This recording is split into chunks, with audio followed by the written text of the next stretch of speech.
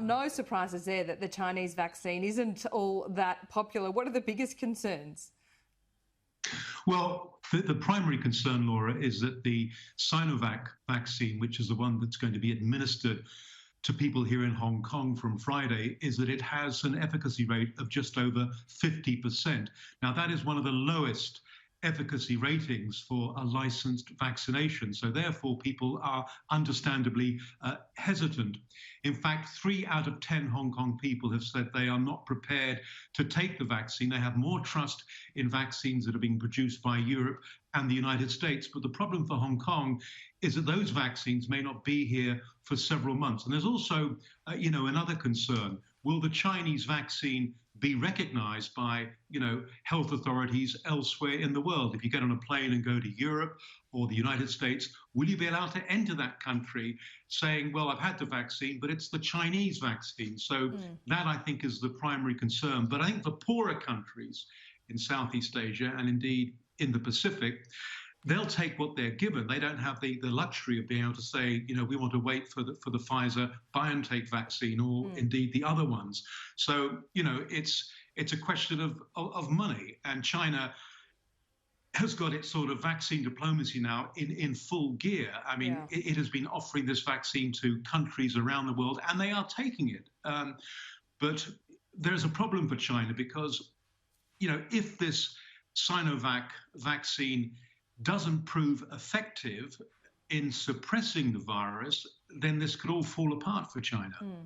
Is there any last fig leaf of autonomy left in Hong Kong? I note the comments of Carrie Lam, Adrian, in just the last 24 hours. It seems that she is now barely hiding her complete subservience to Beijing. Yeah, that's right. And I think the COVID vaccine, in a sense, presents something of a sort of patriotism test for people here in Hong Kong. If you take the Chinese vaccine, it shows that you support China. If you don't take the Chinese vaccine, then you don't. So, there is a growing sense here, a sense of alarm, actually, that the whole COVID issue has been heavily politicized. People in Hong Kong are being told, urged to take the Chinese vaccine, but there is this deep hesitation. I think, China wants to be seen at the moment as offering the panacea, the solution to the COVID pandemic, rather than being the country where the virus actually originated. But certainly the COVID debate here is raging, but people, I think, will hold out for the vaccines that are coming from Europe and the United States. At the moment, we're not being told we have to have the Chinese vaccine. It is simply being offered. And actually, Hong Kong is not receiving this vaccine for free. They've had to pay for it.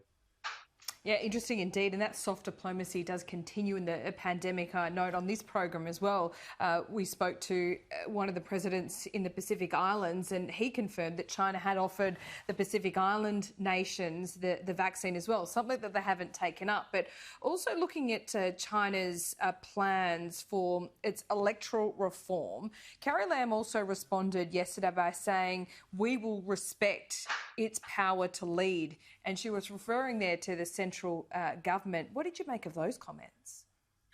Well, yesterday we got further confirmation that China's grip over the former British colony is tightening. The man who effectively runs Hong Kong is basically the head of China's central liaison office here, which is China's de facto embassy. And he said that, what he wants to see, what China wants to see, are true patriots running Hong Kong, not people who criticize Hong Kong's government or criticize China's government. So this means that at the next election, we could see the whole political system undergo a massive overhaul here in Hong Kong. District council elections are due to be held in a pretty short period of time at the end of the year. And, what could happen is that people standing for election may have to take an oath that they will not criticize China. They will have to demonstrate to the Hong Kong government and their masters in Beijing that they are indeed true patriots. Now, all this is going to be decided at the National People's Congress, which opens in Beijing in early March.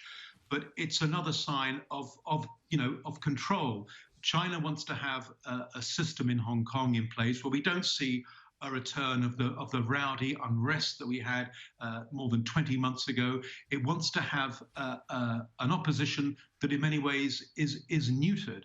But, you know, democracy is being diluted. And each day, you know, here in Hong Kong seems to bring another, you know, announcement that causes, you know, the heart to sink.